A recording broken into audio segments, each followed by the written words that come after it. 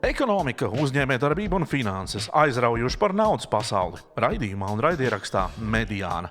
Katru pirmdienu 21:30 TV4 un internetā. Nauda ietekmē mūs visus, tāpēc nav iemesla neskatīties un neklausīties.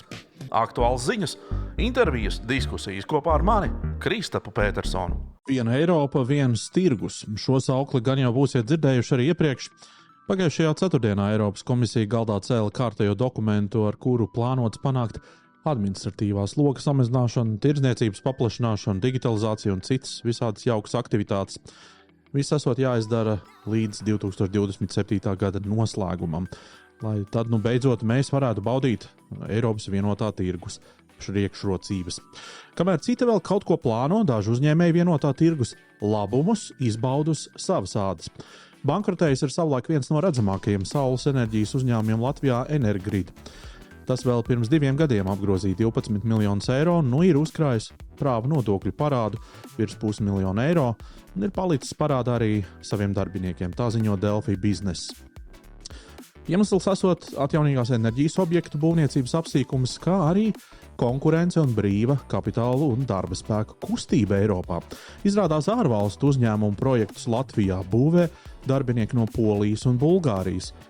Tik tālu par vienoto Eiropas tirgu. Savukārt Mediānā mēs šodien pievērsīsimies tematam par uzticēšanos.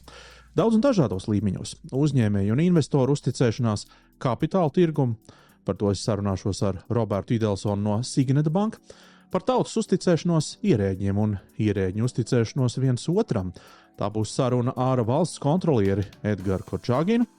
Savukārt noslēgumā jūs dzirdēsiet Gunti Lūsi no Latvijas Ergo. Mēs runāsim par to, kas notiktu, ja mēs taupīgi apietos ar resursiem mums apkārt, īpaši elektroenerģiju. Cik citādāk gan būtu pasaule. Tas un vēl daudz kas cits šodienas Mediānā. Man ir prieks, ka esat pieslēgušies. Šaujam vaļā! Patīkam skatīšanos un klausīšanos!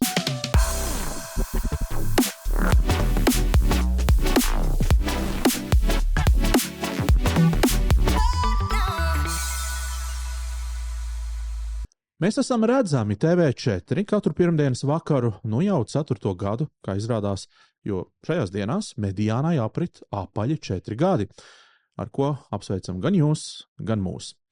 Vēl viena patīkama ziņa sasniedz mani pagājušajā nedēļā. Pasaulē prestižākais biznesa medijs Bloomberg Mediānu ir iekļāvis starp ietekmīgākajiem raidierakstiem, jaunajiem raidierakstiem, jāpiemin, Eiropā. Tur gan ir, godīgi sakot, runa tieši par Latviju, bet mēs esam vienā listē ar visiem populārākajiem Eiropas podkastiem. Vai tur ir vēl kāds no Latvijas, par to man ziņu nav, bet tas arī nemaz nebūtu tik slikti, ja kāds vēl piebiedrotos. Šis viss un it īpaši Mediānas 5. sezona nebūtu iespējama bez lieliskajiem atbalstītājiem, kuriem katrā raidījumā arī es vēlos pateikt paldies. Un tie ir Latvijas Ergo, Maxima Latvija, Industra Bank, PwC Latvija, Orkla Latvija, Fintech Latvija asociācija, kā arī energo firma Jauda. Paldies arī visiem skatītājiem, īpaši tiem, kuri ik mēnesi atbalsta Mediānas YouTube kanālu ar nelielu ziedojumu. Es esmu jums ļoti, ļoti pateicīgs. Varētu jau priecāties, ka eksporta vērtība pagājušajā gadā faktiskajās cenās Latvijā ir pieaugusi. Lai arī nedaudz 3,7%, bet arī imports tomēr ir to darījis straujāk, uz pusi straujāk. Par to liecina Centrālās statistikas pārvaldes provizoriskie dati. Visstraujāk pieaudzis ir pārtikas eksports, te par 5%, bet absolūtajos skaitļos dažādas mehāniskās ierīces un elektroiekārtas. Par te jau 32 miljoniem eiro. Mani, protams, interesēja arī Latvijas uzņēmēju eksporta apjomi uz ASV, un izrādās, ka decembra mēnesī, ja salīdzina par iepriekšējo gadu, eksports tomēr ir samazinājies par 44%, bet imports visa gada nogrieznīs palielinājās par 93,3%. Tā kā lai man neviens nestāsta, ka nekāda ietekme no Trumpa tarifiem un viņa retorikas uz Latviju nav notikusi. Un vēl, salīdzinot ar 24. gada decembra Latvijas eksports uz Baltkrieviju ir pieaudzis gada laikā par 98%, bet uz Krieviju par 15%. Tātad tirdzniecība joprojām ar agresoru valstīm notiek pilniem gaņģiem, un par to tiešām man ir ļoti žēl.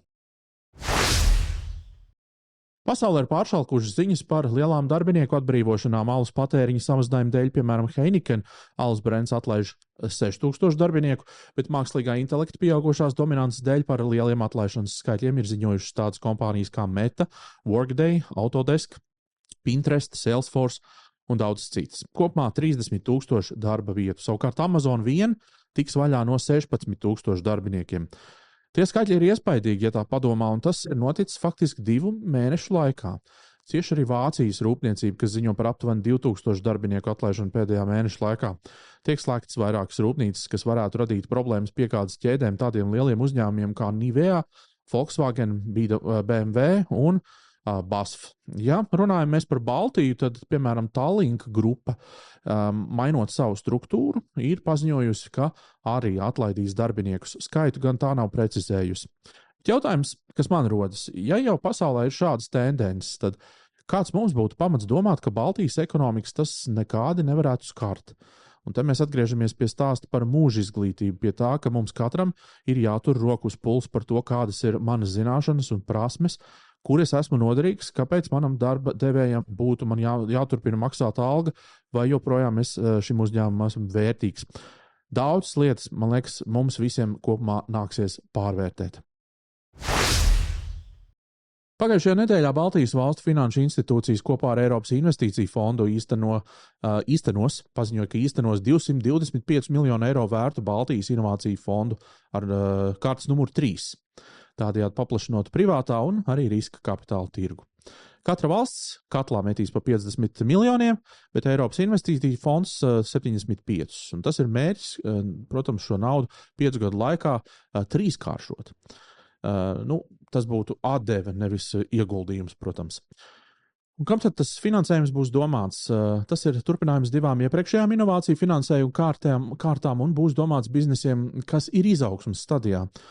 Par šo finansējumu gan jau mēs vēl kādā no nākamajiem raidījumiem parunāsim vairāk, jo pat labam tiek meklēti fondi, caur kuriem šī nauda nonāks ekonomikā. SpaceX aptver iespēju gaidāmajā IPO ieviest 2 klašu akciju struktūru, kas ļautu uzņēmumu dibinātājiem un galvenajiem iekšējiem akcionāriem saglabāt kontroli pār strateģiskajiem lēmumiem arī pēc akciju kotēšanas biržā. Šāds modelis, kas paredz akcijas ar paaugstinātām balstiesībām, atgādina pieeju, ko iepriekš publiski ir atbalstījis miljardieris Elons Musks, tostarp runājot par Tesla nākotni. 2 klašu struktūra IPO ir plaši izplatīta Amerikas Savienotajās valstīs, īpaši tehnoloģiju sektorā. To izmanto arī tādi uzņēmumi kā Alphabet un Meta, un tā parasti tiek pamatota ar nepieciešamību nodrošināt ilgtermiņa redzējumu īstenošanu bez tādas spiediena no tādiem investoriem, aktīvistiem, kā viņus sauc. Kritiķi gan norāda, ka šāda pieeja mazina vadības atbildību pret mazākumu akcionāriem. Vienlaikus SpaceX pastiprina sagatavošanās IPO, paplašinot direktoru padomu un meklējot kapitālu ambicioziem projektiem, tostarp mākslīgā intelekta datu centriem kosmosā un rūpnīcai uz Mēnesi. Pēc XAI iegādes uzņēmums ir kļuvis par daudz nozaru spēlētāju, kur kosmosa tehnoloģijas arvien ciešāk savijas ar mākslīgā intelekta attīstību. Saskaņā ar Bloomberg Intelligence aplēsēm palaišanas apjomu pieaugums varētu būtiski kāpināt ieņēmums jau 26. gadā, taču augstās pētniecības un attīstības izmaksas saglabā lielu spiedienu uz uzņēmuma rentabilitāti. Investoriem šī situācija signalizē par klasisku izvēli starp izaugsmes potenciālu un korporatīvās pārvaldības riskiem. SpaceX IPO var piedāvāt piekļuvu unikālam biznesam, taču arī ierobežot ietekmi uz uzņēmuma lēmumiem.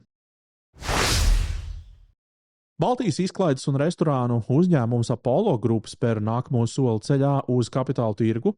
Tā tiek ziņots vismaz, un viņi plāno obligāciju emisiju un to iekļaušanu Nasdaq Tallinn regulētajā Baltijas obligāciju sarakstā.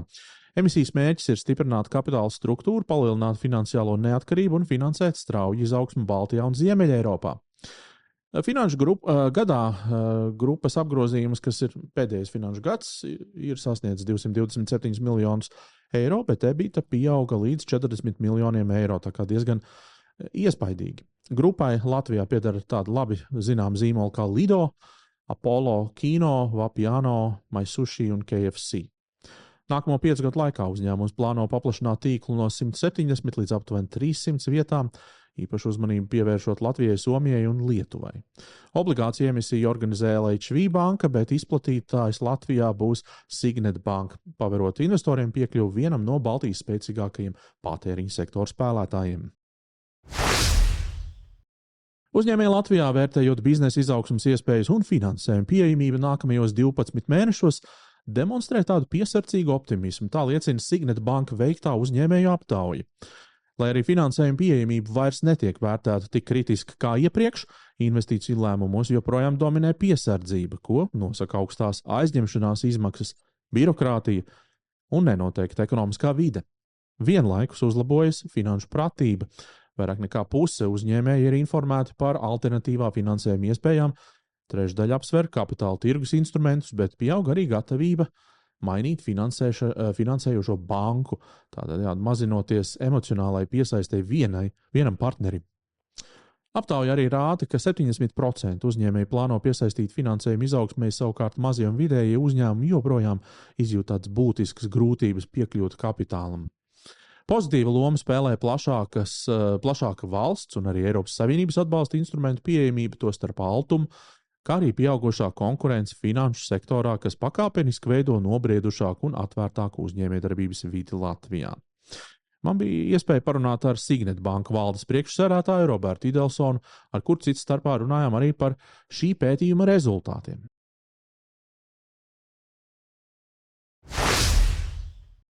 Pētījumi jau vairākus gadus pēc kārtas uzrāda to, ka tie finanšu pratība uzlabojas, un kas ļoti priecē uzlabojas arī uzņēmējos, ne tikai iedzīvotājos, un attiecīgi mēs varam redzēt, ka par finanšu pieejamības un instrumentiem, kā dabūt finansējumu par šiem jautājumiem, arvien labāka informācija aiziet līdz uzņēmējiem, līdz uzņēmuma direktoriem.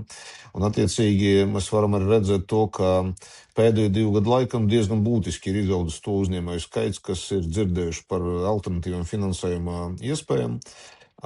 Ne tikai par Altumu vai Eiropas fondiem, bet arī par kapitāla tirgus piedāvātām iespējām. Un kas arī ļoti svarīgi, manuprāt, ir arī tas, ka viņi ne tikai zina, bet arī plāno izmantot tuvāko gadu vai 2 gadu laikā šādas iespējas. Ja. Tāpēc, ņemot vērā to, ka kapitāla tirgus attīstība un vispār finansējuma pieejamība, tas ir viens no tādiem svarīgiem aspektiem, kas joprojām nav līdz galam izmantoti, lai mēs varam audzēt Latvijas ekonomiku un iekšzemes koproduktu, tad, protams, šie dati diezgan labu optimismu iedot. Vai sakot to, ka šie dati uzlabojās par finanšu pratību, tu gribi teikt, ka to situāciju arī esi tā kā kopumā apmierināts par to, kāda tas ir tas viskopējais? Es domāju, ka esmu apmierināts ar dinamiku. Protams, mums tai dinamikai jāparvēršas praktiskākajos kaut kādos ciparos, kapitāla tirgus tieši kapitalizācijas ciparos. Bet, ja mēs paskatāmies to, kas ir noticies pagājušajā gadā, piemēram, obligāciju segmentā, un ne tikai pagājušajā gadā, arī iepriekšējos dažos gados, mēs redzam, ka gadu no gada to uzņēmumu skaits, kas izmanto obligācijas, ka finansējumu veidu viņš pieaug. Pagājušajā gadā bija rekordgads, kad, man liekas, pat vairāk nekā 2 reizes ir palielinājies kopējais emisiju apjoms, un viņš ir mērams jau 100 miljonos eiro, ja, šīs apjoms. Ja 5 gadus atpakaļ mēs runājam par to, ka tikai tādas nebanku kreditēšanas sektora uzņēmumi izmantoja šīs iespējas, tad tagad situācija ir kardināli mainījusies. Mēs redzam, ka lielākā daļa no emisijām notiek tieši no reāla sektora uzņēmumiem, nekustamā īpašuma attīstītāji, ražotāji. Tā kā pie tām no ļoti dažādām nozarām pakalpojumu sniedzēji. Līdz ar to šīs tirgus segments ir būtiski izaudzis, un tas arī ir pateicoties tam, ka uzņēmējus uzlabojas arī finanšu pratība. Ja nesaprotot un nezinot neko par obligāciju tirgu, protams, ļoti grūti pieņemt lēmumu, izmantot šos instrumentus, lai piesaistītu finansējumu. Bet, ja mēs runājam par akciju tirgu, tad, protams, tur process būs, un viņš arī ir lēnāks. Jo katram uzņēmumam pieņemt lēmumu iziet biržā ar savām akcijām, tas ir tāds, parasti tas notiek tikai vienreiz. Un, attiecīgi, pat zinot par tam iespējām un plusiem, ja, tomēr uzņēmējiem to lēmumu pieņemt prasa ilgāku laiku. Līdz ar to es domāju, ka pienāks kaut kāds gads, kad mēs redzēsim, ka daudzi uzņēmumi nāk uz biržu, ja, bet mums nedaudz vēl jāpagaida. Un, protams, ja mēs runājam vispār par to, kādi uzņēmumi ir Latvijā, tad atkal nevar nepieminēt to, ka lielākie uzņēmumi pieder valstī. Valsts mums ir ļoti liels akcionārs, valsts un pašvaldības. Un, attiecīgi, valsts kā akcionārs, viņš arī tos lēmumus nepieņem, nerāda nekādu piemēru, ja, un tas arī ir viens no faktoriem, kāpēc mēs neredzam tos uzņēmumus, kas kotējas biržā. Ja. Bet esmu pilnīgi pārliecināts, ka gan valsts, gan pašvaldību uzņēmumu gadījumos, gan arī privātu uzņēmumu gadījumos, tas ir tikai laika jautājums, kad mēs redzēsim arvien vairāk kompānijas, kas iet publiski, iet biržā un piesaist finansējumu arī ar akciju emisijām. Bet saki, Robert, vai tu skaidro to, ka pēdējā gadā arvien, tas ir bijis rekordgads obligāciju emisijā, vai tas ir saistīts ar finanšu pratības tēmu, vai tomēr ar to, ka ir ļoti intensīvs pieprasījums pēc kapitāla, vai arī ir jūsu pusē varbūt kļūs vieglāk onboardēties obligāciju emisijai? Nē, es to saistu droši vien galvenokārt tomēr, protams, tur līdzdarbojas daudzi faktori, ja, bet, ja nebūtu finanšu prātības uzlabojumi, viennozīmīgi mēs neredzētu tik lielu emitentu skaitu. Arī Maxima Latvija veic regulārus pētījumus un patērētāju aptaujas, primāri jau tāpēc, lai turētu roku uz pulsa, ko veikalos izvēlas un gribētu izvēlēties ikdienas pircējus, bet sekundāri un nemazāk svarīgi, lai pētītu tendences, prognozētu un būtu soli priekšā šim pircējam. Droši vien kādā citā reizē mēs varētu parunāt par metodēm, datu apstrādē un arī citām iespējams mūsu skatītājiem un klausītājiem interesējošām tēmām, taču tagad pārcelāsim pēdējās aptaujas rezultātus un paskatīsimies, kas veikalu plauktos Latvijas pircējiem ir svarīgs un kas varbūt mazāk svarīgs. Uzmanību sarunai! Piemēram, tagad redzam, ka ārkārtīgi cilvēki iet uz tādu apzinātu ēšanu un veselīgām izvēlēm, un grieķu jogurts un turku jogurts ir ārkārtīgi populārs, ko arī ražo mūsu pašu vietējiem. Bet tas tā nesen ir noticis? Jā, man ir, es saku, pēdējā laikā esmu tieši apkopojis datus un redzu, ka arvien vairāk cilvēki tieši ārkārtīgi pieaug šī sadaļa, kas ir tieši liesie grieķu tipu jogurti. Tas nozīmē, ka cilvēki ārkārtīgi domā par to, ko viņi ēd, kas patiesībā ļoti, ļoti iepriecina. Tālūk, jā, un tad ir viens ir šīs tendences, otrs, pētam ik mēnesi, ik nedēļu, es teiktu, pētam šos paradumus, ko tad cilvēks pērk, un ja redzam, kad ir tas pats grieķu jogurts, ka viņš pērk to, tad attiecīgi meklējam veidus, kā viņam piedāvāt pārvien pieejamākām cenām un arī to sortimentu pielāgojam tam. Un trešais veids ir, šie iepirkšanās paradumi. Dažādu aptauju formā, agrāk bija kompass, tagad ir nedaudz citādāk, tā kā, galvenais jau to temperatūru nomērīt. Kā to darām, tas varbūt nav tik svarīgi, un tas, ko redzam šos pēdējos datos, kad cilvēki, protams, ārkārtīgi novērtē šīs akcijas atlaides, kas ir vairāk īstermiņā vai nedēļas griezumā, vai mums ir arī papildus akcijas vēl nedēļas nogalēs, tāpēc, ka cilvēkiem tomēr, ko viņš pērk nedēļas nogalē, atšķiras, ko viņš liek groziņā, piemēram, piekdienas vakarā vai pirmdienas vakarā.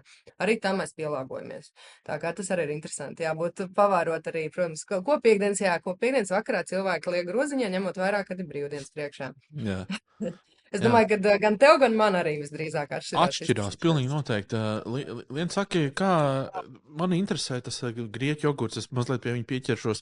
Tā doma ir tāda, ka, ja jūs redzat kaut ko tādu datos, tas nozīmē, ko jūs ar to informāciju darāt, vai tas nozīmē, ka jūs kaut ko komunicējat arī ražotājiem, un jūs sakat, Klau, reku, te ir parādījusies tāda jauna tendence, ko jūs varat no šīta piedāvāt, vai kā jūs komunicējat tālāk to ziņu, vai kas notiek, piemēram, ar šo informāciju?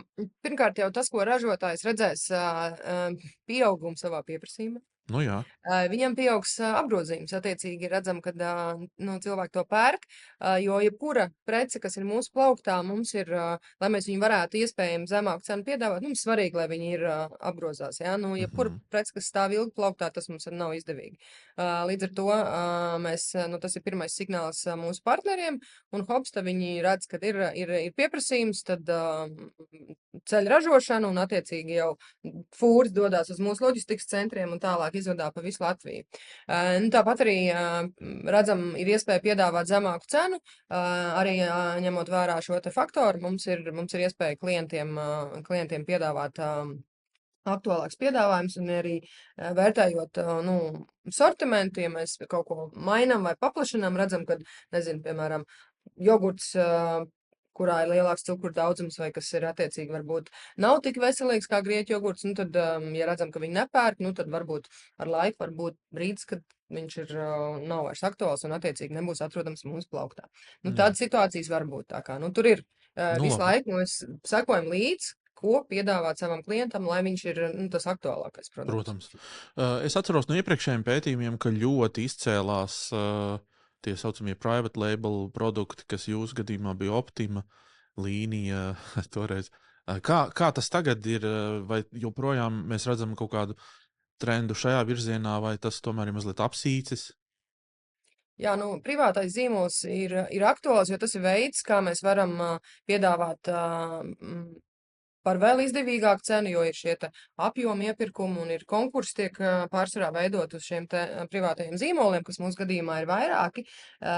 Un vēl dan varbūt ir pēdējā laikā dzirdēts visvairāk, jo ir ieviest arī tieši uz svētkiem mēs ieviešam vēl dan premium līniju, kas ir tādi ekskluzīvāki, premiālāki, bet arī pašā laikā par ļoti pieejamu cenu produkti, ko cilvēki izvēlas gan svētkos, gan patiesībā Ziemassvētkos redzējām, kad bija ārkārtīgi liels pieprasījums, un jau pagājušajā gadā vēl dan premium produktu sortiments bija ap 60, tad tagad jau bija ap 200, tāpēc, kad mēs redzējām, skatījāmies, testējām, cilvēkiem patīk, cilvēki novērtē, tad, attiecīgi, meklējam jaunus partnerus un piedāvājam šos te produktus. Bet, ko es varu apliecināt, kad privātais zīmols ir ārkārtīgi svarīgs, bet arī pašā laikā mēs turpinam nodrošināt gan Latvijā iemīļot zīmolu produktus, tāpat arī pasaulē. Tā kā tas ir tāds veselīgs miks starp privāto zīmolu un starp iecienītiem zīmoliem. Un te ir tā mūsu iespēja varbūt vairāk variēt ar tām cenām, piedāvāt tādu vairāk bāzes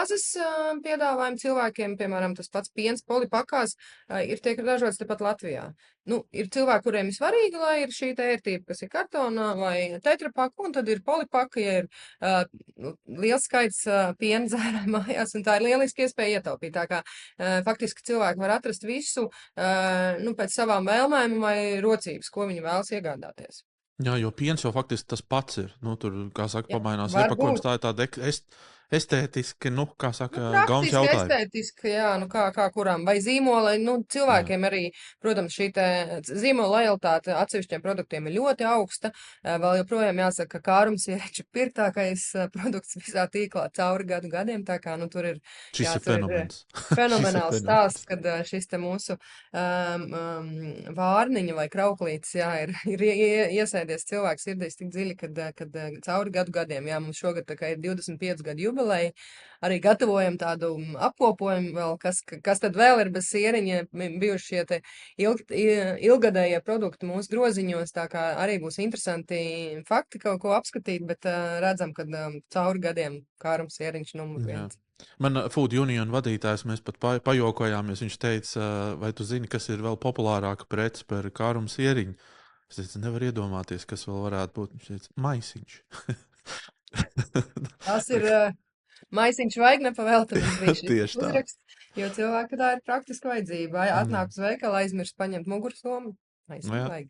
Runājot vēl par pētījumu, cik jūs bieži veicat šādus pētījumus, cik jūs tā kā skatāties un atjaunojat tos datus, cik regulāri jums ir tā informācija atjaunota? Jā, bāzes dati mums ir šie analītikas, uz ko mēs balstamies, jo tas ir vislabāk pasaka par to, par mūsu paradumiem reizēm vairāk nekā šie pētījumi, jo viņi nemelo. Dati ir dati. Un reizēm, jā, cilvēks saka, ka viņš varbūt gribētu pirkt kaut ko dārgāku, bet varbūt ražot kādā noteiktā valstī, atnākot līdz plauktam, tomēr viņš beigās balso šo te maciņu. Bet tāpat ir veselīgi redzēt šo te cilvēku vismaz vēlmi, un tas, ko mēs tiem jaunākajiem datiem mēs pamanījām, jā, ka patīk akcijas un ir jau varbūt kaut kur pieraduši, bet arī pašā laikā cilvēki grib tādu stabilitāti. Un 80% apliecināja, ka viņi tomēr gribētu, lai šīs te akcijas paliek uz ilgāku laiku. Ka viņi var rēķināties, kad atnākot pie mums, ka tu zini, ka tu to, iecienīto produktu, vistiņu vari nopirkt par noteiktu cenu un tādā veidā vieglāk plānojot savējo pārtiks budžetu tādā mēnešu un gada griezumā.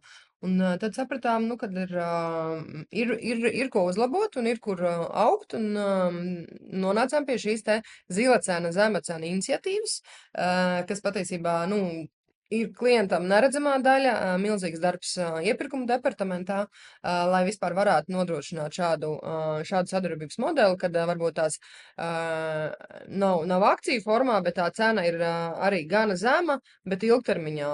Un tas, ja tu sarēķini, teiksim, to ieguvumu gada griezumā, viņš ir ārkārtīgi liels, un tu to ietaupīto naudiņu vari novirzīt, uz to pašu rēķinu atmos, ko mēs zinām, kas tagad visiem ir ļoti sāpīgs jautājums. Un šādā formā mēs patiesībā gan veicinām apgrozījumu vietējiem sadarbības partneriem, gan arī ļaujam ietaupīt un cilvēkam atvieglot šo te plānošanu, ka viņš var rēķināties, ka nākot pie mums šie te produkti, kas īsumā pamatā veido tādu arī bāzi produktu, kas ir pamata grozu veselīgai maltītei, tā ir svaiga gaļa, tā tie paši augļi, dārzeņi, konservācija, arī ūdens, virkni produktu, no kuriem tu vari veidot pamatu maltīti, un tāpēc ir šī iniciatīva zila cena, zema cena, un arī pirmie rezultāti liecina, kad cilvēki ir viņu pamanījuši, novērtē, un tas drīz jau būs aptuveni mēnesis, kopš mēs viņu uzsākām, un ir tas apgrozījums pieaudzis par 10%. Tas nozīmē, ka cilvēks ir pamanījis un esam devuši iespēju labāk plānot šos te, šo te ikdienas budžetu pārtikas, jā, kas, veido diezgan lielu apjomu. Jā, es noteikti arī došos tuvākajā laikā uz kādu no veikaliem, un tas, kas man ļoti interesēs, būs tieši kādu proporciju no šīs zilās cenas produktiem cilvēki liks savos groziņos. To mēs arī iesim izpētīt. Tas būs, man liekas, tāds interesants eksperiments, ko es mēģināšu arī saprast tieši no pircējiem un no viņu skatu punktu. Noslēdzot mūsu sarunu, es tomēr gribu ar tevi par vienu aktualitāti parunāt, kas ir izskanēja pagājušajā nedēļā vai šajā nedēļā par paldies karti un paroles maiņām. Tur bija tāds paziņojums, ko ļoti daudz uztvēra. Varbūt likās, ka tas varbūt pirmajā brīdī ir kāds skams vai kaut kas tam līdzīgs, bet tas tā nebija. Varbūt var mazliet izstāstīt, kas tur fonā ir tam notikumam?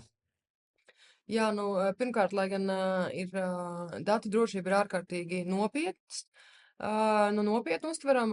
Pirmkārt, kas iepriecināja šajā visā, ka cik cilvēki ir apzinīgi, cik mūsu klienti ir apzinīgi, jo mēs saņēmām ārkārtīgi daudz zvanus, īziņas, sociālos tīklos ierakstus par to, vai šis ir īsts. Tas nozīmē, ka cilvēki seko līdzi, kas viņiem nāk e-pastā, īziņās, ziņojumos, kad ir jau šī te apziņa kaut kur sabiedriskajā telpā ir bijusi.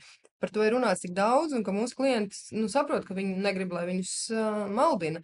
Bet diena šī bija īsta informācija ar aicinājumu preventīvos nolūkos mainīt šīs te paroles, jo identificējam, ka daudzas paroles nav drošas, un tāpēc varbūt iespējas, ka viņas ir var tikt kaut kādā veidā uzlaust, un tas, ko varam apliecināt no mūsu puses, ka datu noplūde no mums noteikti nav notikusi, un ir bijuši, diemžēl, atsevišķi gadījumi, kad nejaušā kārtā trešās puses ir atsevišķus kontus, kas ir ļoti, ļoti, ļoti mazs skaits pret visu kopējo mūsu klientu datu bāzi, ir nejauši uzminēti šīs te vieglās paroles. Tā kā vienkārši aicināt cilvēks ņemt šīs ziņas nopietni un nomainīt paroles, un īpaši neizmantot šo pašu drošu paroli arī citās vietnēs. Tā kā, droši paroles tās pazīmes ir pirmkārt jābūt ir vismaz 8 zīmēm ar lielo burtu, tāpat arī cipariem jābūt ir iekļautiem. Ir ļoti labs pamācība droši internets.lv var aiziet paskatīties, bet es aicinātu tiešām uztvert šo te nopietni un cilvēkus veikt šo paroles maiņu tīri preventīvos nolūkos. Tā kā, mums jebkurš, es saku, tas skaits bija ārkārtīgi niecīgs, kas ir skaidrs, bet pat viens gadījums, ja būtu, mēs to uztveram nopietni un aicinām. Es zinu, ka mums tas bija, es teikšu godīgi, tas bija tāds nopietnis solis mums iekšēji un lēmums, bet, klienti mūsu prioritāte, mēs gribam ar cieņu arī šādā formā ar viņiem, pret ikvienu izturēties. Un tāpēc... Tas ļoti pareizi. Tas, man liekas, arī ļoti, ļoti labs solis, un es domāju, ļoti daudz to novērtē un arī pievērstam vienkārši uzmanību. Tas, ko es varbūt, tas ļaunākais, kas var notikt pēc būtības, ir tas, ka es notērēju to uzkrājumu, tā doma, jā, vai tas ir tas ļaunākais, kas ar to īstenībā tiem datiem var notikt, jā? Ok, skaidrs. Tā kā, protams, ļaundari jau atrod visādus veidus, kā es domāju, tur vienkārši viņš nesatur tādu veidu informāciju, lai tas man varētu kaitēt. Vienīgais uzzināt, ko es droši vien patērēju un kādus produktus un tam līdzīgi droši vien. Bet, ir kā lai saka, internetu krāpnieki ir gan izvaicīgi un radoši, tā kā, bet mēs sadarbojamies, ir uzsākts krimināla process, tāpat ar Datu valsts inspekciju sadarbojamies un ar visiem iesaistītajiem arī, ja visi gadījumi ir apzināti un visi ir informēti, tā kā rīkojamies proaktīvi un aicinu, ikvienu, ja nav vēl šī parola nomainīt. Pagājušajā raidījumā es pieminēju Igaunijas prezidenta runu valdību samitā Dubajā un tajā pausto uzticības un uzticēšanās piemēru, kurā piedzima viņu elektroniskā vēlēšanu sistēma. Proti tikai tāpēc, ka starp visām pusēm valdīja savstarpēja uzticība, bija iespējams gan noslēgt, gan arī kvalitatīvi novadīt sarežģītu, kompleksu projektu, kas faktiski nekur iepriekš pasaulē tādā pilnā formātā nekad arī nebija iepriekš realizēts. Jā, prezidents atzina, ka sistēma nav perfekta, tā darbojas, bet tā laiku pa laikam vajag uzlabojumus, vajag atjauninājumus, un arī tādus, kas skar patērētāju tautu. Taču viņi no tā nekā nebaidās, jo komunikācija ar sabiedrību ir atklāta, un te atkal ir šis uzticēšanās un uzticības jautājums. Es domāju, ka man nav jāmin nekādu piemēru no Latvijas, lai mēs visi secinātu, ka pie mums gluži tik vienkārši tās lietas nenotiek. Varbūt tāds patiešām labs piemērs ir Ķekavas apvedceļu būvniecības projekts, kurā publiskās un privātās partnerības formātā ļoti veiksmīgi, manuprāt, sadarbojās daudzas puses, gan bankas, gan ministrija, gan būvnieki, un viss patiešām tika izdarīts budžetā, laikā un pat pārspējot sākotnējās kvalitātes ieceres. Bet šādu gadījumu nav daudz. Ko darīt, lai tādus vairotu? Es piedāvāju sarunu ar valsts kontrolieri Edgaru Korčāginu. Ja mēs paskatāmies, kā valsts kontrole savulaik sāk strādāt, tad pirmā lieta, kas valsts kontrolē bija jāsakārto, bija vispār, kā mums valstī mēs uzskaitām visu, kas mums pieder, lai mēs saprotam, cik mums ir naudas, cik mums ir mantas, cik mums ir, mežu aktīvu tādu vai citādu lietu. Proti, sakārtot uzskaitas pusi, sakārtot gada pārskatu pusi, lai mēs vispār varam atspērties un domāt precīzi un pieņemt labus, saprātīgus lēmumus. Tas bija tas pirmais posms. Otrais posms, tajā brīdī, kad tas ir daudz mēs sakārtots, var pievērsties tam, vai mēs darām lietas pareizi. Proti atbilstību likumiem, atbilstību priekšrakstiem. Un tas bija tas, ko valsts kontrole ilgus gadus arī darīja. Un tas ir, sākās, ja tā var teikt, pazīstam Sudrabas kundzes laikos, kad viņa bija valsts kontrolieri. Un turpinājās jau tālāk, kad Krūmiņas kundze bija valsts kontrolieri. Un es pieļauju, ka tieši šis laiks ir atstājis tādu zināmu, kā saka, iespaidu daudziem cilvēkiem ierēdniecībā ar garāku atmiņu. Jā, ka tas bija laiks, kad valsts kontrole nāca un teica, šis nav pareizi, tas nav pareizi, to nevajag darīt. Bet tagad jau, es teikšu, gadus 5, mēs jau tiešām kā valsts esam organiski pārgājuši uz jau nākamo posmu, kad gan uzskaits jautājumi ir sakārtojušies. Un šis ir pirmais gads, kad mēs finanšu revīzijām veltam krietni mazāk resursu, nekā mēs to esam darījuši daudz 10 gadus pirms tam. Kad atbilstības jautājumiem arī mēs veltam resursus, bet vairs netik daudz, bet galvenais, ko dara valsts kontrole, ir mēs skatāmies jēgpilni. un mēs skatāmies tā, kā palīdzēt valsts pārvaldē strādāt labāk, ekonomiskāk, efektīgāk, produktīvāk.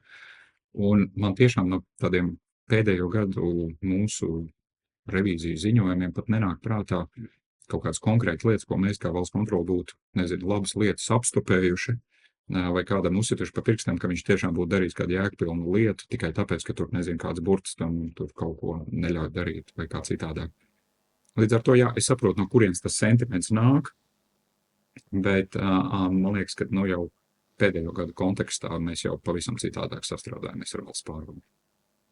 Bet paņemsim tādu vienu konkrētu piemēru. Minēja, ka būtu labi paņemt kaut ko konkrētu. Es nezinu, vai jūs tur esat kaut kādu revīziju veikuši.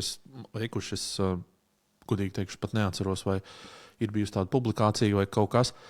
Bet šīs te pašas pašvaldību vēlēšanas un tā gatavošanās un tā elektroniskā sistēma, kas tur pievīla tai balsu skaitīšanas vakarā, un tad tur bija tā rādīšana ar pirkstiem, kas tur privātais, kāds konsultants kaut ko ne tā, bet tad bija termiņi atlikti un tā tālāk. Bet ir kaut kādas konkrētas iestādes vadītājs, kas par to uzņemās atbildību un kaut kur aizrotē pēc tam. Bet runa varbūt ir tik daudz par to, ja mēs to salīdzinām ar to igauņu stāstu, ka ir nevis tā rādīšana ar pirkstiem vai paslaucīšana zem paklāja, ja kaut kas nav vai kaut kā tam līdzīga. Bet ir šī karoga pacelšana un pateikšana, man vajag šeit palīdzību, vai šeit ir problēma, vai kaut kas tam līdzīgs, kur ir tā proaktivitāte tajā visā tēmā. Man liekas, un tas ir tas, kas iztrūkst, jo man ir bail, ka es tūlīt pazaudēšu savu amatu, ka man tūlīt tās rās no visām pusēm, mēdī būs klāt, kontrola būs klātā, jūs nedarījāt šito, jūs nedarījāt to, var sakot, sāksies sliktie laiki. Jā, es pieļauju, ka daudziem ir tāds sentiments un ne bez pamata, jo cilvēkus, kas paklūp, cilvēkus, kas kaut kur nokļūdās, mēs diezgan ātri, protams, no dažādām pusēm padarīt, teiksim, par vainīgiem vai par grēkāžiem, bet, no kurienes tās kājas vienmēr aug un kāpēc tas tā ir, man liekas, ka tas jau ir tāds pat varbūt plašāks ne tikai valsts pārvaldes konteksta jautājums, jo konkrēti par šīm te vēlēšanām runājot, man vismaz tā, es tiešām neesmu no valsts kontroles puses, mēs ļoti neesam tajā jautājumā iedziļinājušies, bet man likās, ka nebija jau tā, ka tās problēmas sākās vienā brīdī. Protams, ka nē. Vai ne? Un gan jau tā lieta bija zināma, un tieši tā kā tu saki, ja mēs laikus nākam pēreku, nāk vēlēšanas, bet mums ir pāris par to, varbūt tas atklāties dialogs arī, kas saka, izsist kaut kādas kārtas, zināmiem nelabēļiem un palīdzēt tam lietām pievērsties jau saulaicīgi un bez tik liels ažiotāžs un neforšām sakām. Jā, bet tā ir tā perfektā pasaule. Es ļoti balsotu par šādu pasauli, bet tā problēma ir tajā, ka valsts gan ierēģi, gan arī, teiksim, amatpersonas, viņas ļoti labi zina, ar ko viņas riskē, un tas ir arī politiskajā līmenī, un tas ir ierēdniecības līmenī, un labāk es ar, nodurtu galvu gaidīšu, kad pienāks tas brīdis, un varbūt saies, varbūt nesaies, bet, varbūt izslīdēšu, varbūt neizslīdēšu, bet tad jau manīs, kad viss notiks. Tad mēs arī tā arī veidojam e-veselības, e-skolas un vispārējo. Tev ir vēl viens tāds aspekts, kas iezīmējas, un laiku pa laikam arī, man liekas, diezgan pamatot izskan no augstākās ierēdniecības, ir par godīgu, taisnīgu atbildības uzņemšanos brīdī, kad kaut kas aiziet šķērsām. Nevis ar pirkstu rādīšanu visos gadījumos no politiķu puses uz ierēģiem.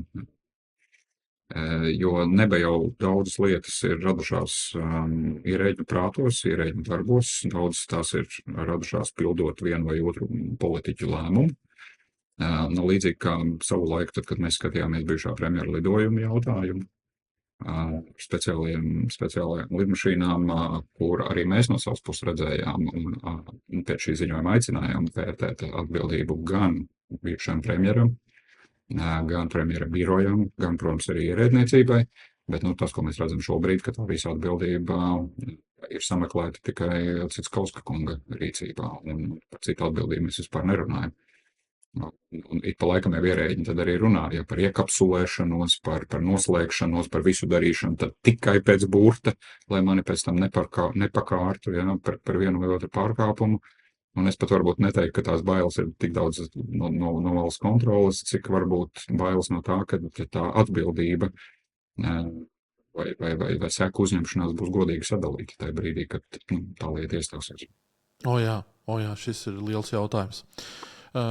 Veicot revīzijas, ko valsts kontrole varētu darīt, lai šo uzticēšanos, savstarpējo uzticēšanos kaut vai valsts iestādēs, pašvaldībās vairotu? Jūsu pusē, kā tev šķiet, ir kaut kādi instrumenti, lai to darītu? Man liekas, tas lielākais jau ir no valsts kontroles pienesuma pirmkārt atklāti stāstīt par lietām, kādas tās ir bijušas, kā tie lēmumi ir tikuši pieņemti. Piemēram, drīzumā mums būs gaidāms, es ceru, ka aprīlī, mēs publicēsim ziņojumu par tā saucamo kokrūpnieku sāgu, kur arī mēs tieši skatīsimies gan ministru kabineta līmenī, kādu lēmumu ir pieņemt balstoties uz ko, kas tos lēmumus ir gatavojis, kāpēc tam jau tālāk ministrija lēmums pieņems, kā Latvijas valsts mežu valde izpildīja šos lēmumus, respektīvi saliksim pa plauktiem to stāstu un pasniegsim sabiedrībai. Man liekas, ka tā ir viena būtiska noteikti valsts kontroles tāda darba daļa, ko mēs varam pienest arī un parādīt gan sabiedrībai, gan ierēģiem, gan politiķiem un veicināt šo savstarpējo uzticēšanos. Jā. Tu minēji jaunu ciklu valsts kontrolē, kas ir jēgpilnības, varbūt meklējumi. Kur tas, tavuprāt, ir tas jēgpilnības tā definīcija, kā tu uz to skaties un kā mums vispār varbūt vajadzētu valsts pārvaldē skatīties uz visām aktivitātēm no tāda jēgpilnības skatu punkta? Man liekas, atslēgas vārds vienmēr ir kāpēc. Man ļoti patīk šis vārds, un ik pa laikam man arī valsts pārvaldē strādājošie prasa, vai mēs šito drīkstam darīt, vai kā jūs vērtēsiet, ja mēs šito darīsim, vai kā. Es saku, pirmais jautājums, kāpēc jūs vispār to darat? Un dažkārt iestājas godīgi sakot samulsums. Tas jau uzreiz parāda, zināms, jēgpilnumu, varbūt iespējams trūkumu vienā vai otrā darbībā. Bet te bija tāds skaists piemērs pirms kādu laiku, viena kapitāla sabiedrība saka, ka mēs gribam zaļināties, publiskā kapitāla sabiedrība, ka mēs gribam zaļināties, un mēs esam atraduši to veidu, kā zaļināties, nopirksim elektroauto. Okay, ļoti labi, bet kāpēc tieši elektroauto? Varbūt ir 25 citi veidi, kā jūs varat zaļināties ar lētākam izmaksām un lielāku efektu. Ok, labi, mēs padomāsim. Ļoti labi. Jā, tur tas jēgpilnums varbūt parādās. Valsts kontroles darbā, runājot par jēgpilnumu, mēs ik pa laikam diskutējam arī ar valsts pārvaldi un politiķiem par to, kā tad jūs vērtējat to liederību. Kas vienam liederīgs, tas otram neliederīgs. Mums patiesībā tam apakšā mēs strādājam pēc tādiem starptautiskiem revīzijas standartiem, kur tā liederība ir salikta diezgan pa plauktiņiem, skaidri izmērāmās kategorijās. Un tur ir 3 galvenās lietas, uz kurām mēs skatāmies. Pirmais - efektivitāte, kas tiek definēta kā mērķu sasniegšanas pakāpe. Cik sekmīgi valsts pārvalde sasniedz konkrētā jomā noteikts mērķis, vai tie būtu klimata mērķi, vai tie būtu, jebkuri citi mērķi, kas ir nomērāmi, bija kaut kas jāsasniedz, bija tāda revīzija par bioloģiski noārdamu atkritumu sistēmu Latvijā, tur bija laiks, bija apjoms, kas bija jāsasniedz un tā tālāk, un tad mēs nomēram, cik sekmīgi ar to soks, un ejot pēc šādas trajektorijas, vai mēs tos mērķus sasniegsim. Tas būtu tāda viena liederības vai jēgpilnuma vērtēšana. Otra lieta ir tāda monētas, vai tiešām sakot, naudas 2 puses. Pirmais ir ekonomiskums, vai to lietu varēja izdarīt lētāk. Burtiski šajā nedēļā mēs arī publicējām vienu revīzijas ziņojumu par to, kā tika nopirkti elektroautobusi pašvaldībās, it kā ar labu mērķi, bet āplam dārgi. Jā, respektīvi to pašu mērķi varēja pilnīgi noteikti sasniegt ar lētāk.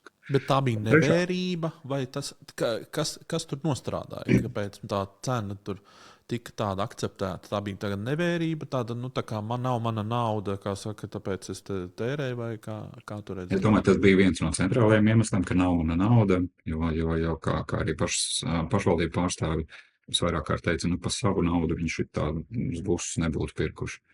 Bet tur bija tāda vesela buķete, faktiski slikti organizēts process, pašiem noteikti normatīvie ierobežojumi, decentralizēta, nevis centralizēta vienādu lietu iepirkšana, un tur pa ķēdi. Skaidrs. Un trešā lieta, kādā veidā valsts kontrole skatās uz jēgpilnumu vai liederību revīzijās, ir produktivitāte, proti, vai par šiem pašiem līdzekļiem var izdarīt vairāk, tā vienkārši sakot. Tātad šajos efektivitāte, ekonomiskums un produktivitāte ir tie instrumenti, caur kuriem mēs šo jēgpilnumu vai liederību vērtējam. Un tas jau nav tā, ka mēs atnākam un paziņojam, mēs jau tos visus jautājumus pārunājam ar iestādēm, ka mēs piedāvājam šādi vērtēt, ko jūs sakat, varbūt jums ir labākas lietas, kā paskatīties. Un, tā kā tas ir tiešām tāds sadarbības un dialogu jautājums jau lielā mērā šobrīd. Jā. Es padalīšos noslēgumā, mūsu sarunas noslēgumā ar vienu tādu varbūt smieklīgu gadījumu no savas dzīves, kur es arī sniedzu pakalpojumu valsts pārvaldes iestādēji, un viņi man bezmaz par to pakalpojumu kā atskaiti liek uzrakstīt tādu lielu garu eseju un tā tālāk. Es domāju, bet kāpēc jums kaut kas tāds ir vajadzīgs? Un tā atbilde bija, nāks valsts kontrolas auditori, viņi šito visu lasīs. un tas ir viņiem domāts, ne mums. Un tas, par ko es aizdomājos, ir, ja tā būtu taisnība, kā viņi saka, tas nozīmē, ka jūs esat viens no lielākajiem birokrātijas, uzturētājiem, noturētājiem valstī. Bet kā tas ir realitātē, varbūt jūs stāstāt? Jā, vispirms pateikšu, ka zināms stresa līmenis valsts pārvaldē par to, ka valsts kontrole var atnākt un pārbaudīt, tas nemaz nav slikti. Tas tiešām, kā saka, varbūt aptur no daudzu lietu notikšanas, ne tā, kā tam vajadzētu notikt. Līdz ar to pavisam, kā saka, to stresa līmeni pazaudēt arī nevajag. Un laikam, diemžēl, arī mēs atklājam pārkāpumus, kaut vai te pašā Rēzeknes tehnikumā, kur grāmatvedi vienkārši zaga naudu. Jā, tie ir īpaši gadījumi, jā.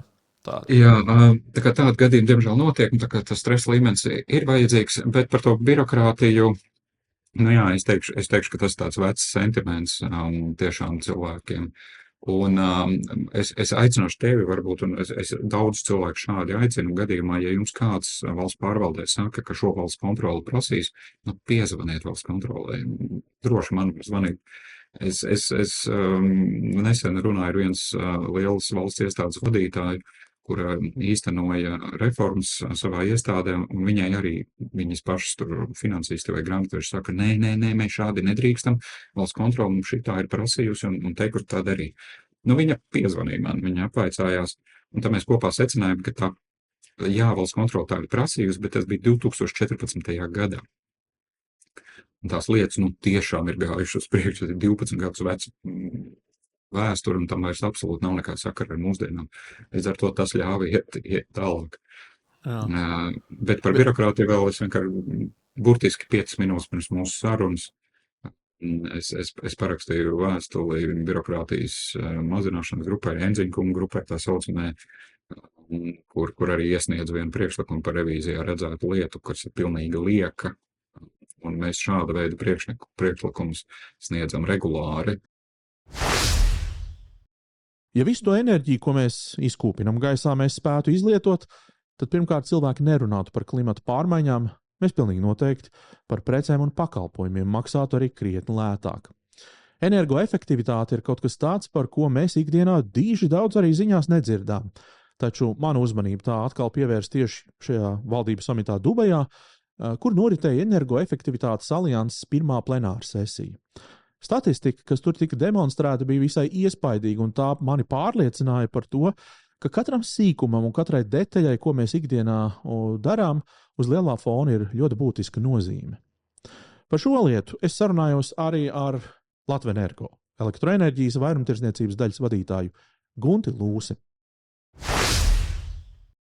Mēs parasti ekonomiku bieži vien un enerģētiku tā kā kaut kā tā fokusēti vai tunelēti analizējam katru sektoru atsevišķi, bet es tā domāju, ok, gāzes turbīnas ar metāla keramiku, bet daudzi no šiem te svarīgajiem elementiem ir vajadzīgi, piemēram, satelīta tehnoloģijās un arī saules paneļos. Un tas ir tā kā tad ir izvēle, kurā vietā patērēt šo resursu patiesībā. Un elektroauto, tur, piemēram, cik var kompaktizēt šajos te elektrodzinējos un magnētu tehnoloģijās iekšā materiālus. Jā, viņi īpatnē ir dārgāki, bet viņi ir tā kā būtiski mazāk pēc svara vajadzīgi. Un tas tad tā kā atstāja tā kā to ietekmi, ok, tā ražotnes vieta ir komplicētāka, bet viņi varētu arī to tehnoloģiju palīdzēt atrisināt EAS uzlabot, kā iegūt sarežģītākus elementus, it īpaši šos te redzami metālus, piemēram. Bet no otras puses, tā kā tu vari skatīties, ka bet tālāk ir tev daudz mazāk kilogramu jātransportē. Un patiesībā vēl ir tā kā tas, piemēram, degvielas transports, tur arī ir savi 10-20% no cenas, kas mums ir tā kā pie pumpja, sastāda pašas degvielas transportēšana. Un tad es tā kā virpināju to virpuli, jā, bet transportēt degvielu ir transportēt enerģiju. Tad palaižam pa 3 fāzēm viņu tā kā pa kabeli. Un tur skatījos, jā, bet tur taču zudumi ir tikai 5-10%. Atkal kaut kāda kārta 1:2, 1:4 ir tajā. Un tas arī ir energoefektivitātes tāds, jau tāda vairumtirgus vai pat pasaules tirgus dizaina jautājums. Jā. Tur arī ļoti daudz no valdību pārstāvjiem teica un minēja, ka ir jāpieņem kaut kādi stingrāki mēri, vienalga, vai tas būtu bizness. Droši vien, ka biznesā visvieglāk ir regulēt tieši šo energoefektivitātes apjomus un uzlikt lielākus sodus. Tiešām ar pātāgas metodēm kaut kādā veidā ieviest. Bet kas mani aizķēra, varbūt tā doma, par ko es arī domāju atpakaļ ceļā braucot, ko viens no tiem šeikiem teica, ka viņš teica tādus vārdus, ka ja mēs izpildītu visus tos globālās energoefektivitātes standartus, kas ir tā kā pasaulē, tad mēs nerunātu par klimatu pārmaiņām vispār. Tu tam piekristu? Es viņam piekristu. Tā kā pilnīgi atbalsojās, ka jā, ir. Tas ir tāds, izklausās ļoti tāds brīvs teiciens vai tāds patvaļīgs pat, jā. Vai tāds iluzors. Bet šie te visi koeficienti 1:2, 1:4, ja tu viņus visus, tā kā viņš saka, ja visu nokoptu pa visu pilnu ķēdi, tad jā.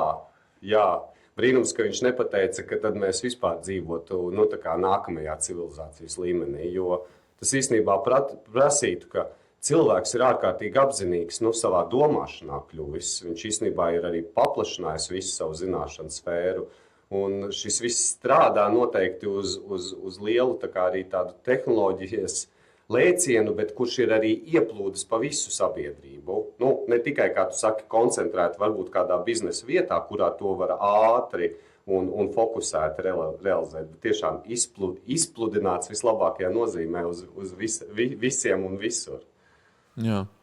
Un kas, tavuprāt, mums vispār būtu jādara, un varbūt no tādas lielās politikas un lielās bildes redzējuma, lai teiksim, būvējot tagad jaunas procesoru jaudas un piegādājot jaunas elektroenerģijas jaudas, mēs agri vai vēl tos resursus vienkārši izsmelsim. Būs kaut kādas tur problēmas, sāksies ar saldūdens pieejamību un vēl kaut kādām tēmām.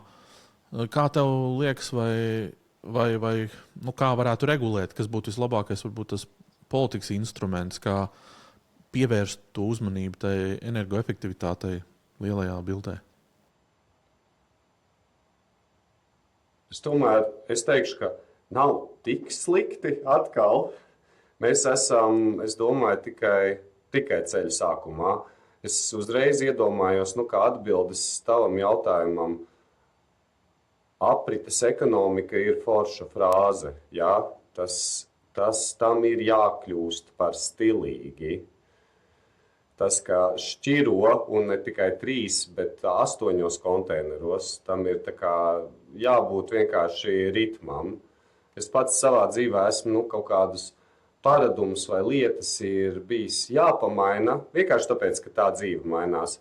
Un es zinu, ka sākotnēji ir gan cilvēkam raksturīga skepse, neliela barjera, tie ritmu maiņa, bet pēc tam īstenībā retrospektīvi bieži vien man sev godīgi ir jāatzīst, ka tā barjera ir tāda tikai galvā bijusi, ka man ir pa minūti vairāk vai par resursu vairāk vai par eiro monētu vairāk maciņā galu galā. Un tā pātaga īstenībā viņi jau ir tā kā parādījusies. Fosīlos transportus mēs sākam taksēt. Emisiju 2. schēmu ieviesīs. Tu runā par Eiropu, bet, piemēram, lielie patērētāji, kas ir Amerika, viņi šajā virzienā neskatās. Es tev jau iedodu piemēru. 2015. gadā un 2023. gadā bija pie Kolorādo upes vienā un tai pašā vietā, un tā upe atšķīrās vienkārši dramatiski. Kāda viņa bija 15. gadā un kāda 23. gadā. Un runa tur ir par to, ka tie resursi tiek tur ļoti nesaimnieciski šķiesti, un faktiski tas jau sāk atsaukties dabā jau. Mēs to redzam. Ja, tur man ir skumjāks secinājums. Vienīgais, ko var darīt, ir palielināt ļoti augsta līmeņa PR Eiropai, jo tas ir vienīgais, ko tu praktiski vari darīt, ir tā vai savādāk izmantot frāzi mācīt sabiedrību, skolot viņu. Un šajā nozīmē domāt, ka patiesībā skolnieks varētu būt ASV, un tā mācība varētu arī nākt no Eiropas piemēriem. Un man jau tā skumja atziņa ir, ka piemēslo jau viņi arī savu pagalmu nenormāli. Tas būs vienkārši atsitiens. Tas viss, mēs arī zinām, tur bija milzīgas tiesu prāvas par dažādu atkritumu un vēl dažādu ķimikāliju gan lietošanu precēs Amerikā, lielajās korporācijās, gan noglabāšanu kādos tik nepurvos tuksnešos slēpti. Un pēc tam 10 000 apdzīvotas vietiņas, pat ne pilsētas vēl, apmira ar vēzi un vēl daudzām briesmīgām komplikācijām. Tur ir baigais atsitiens. Tādā ziņā daba ir pietiekami, kā lai pasaka, kritiska vai ārkārtīgi taisnīga. Tā ir. Tā vislielākā problēma ir, ka mēs nevaram zemeslodi sadalīt 2 daļiņās un es teiktu, kā Eiropa ceļot vienā virzienā, un tie, kas neprotās saprast to resursu ierobežotību, to piesārņojumu efektus un kaut kā. Un arī to ilgtspējas kvalitāti, ka cilvēks to visu elpo, ko izmet gaisā galā.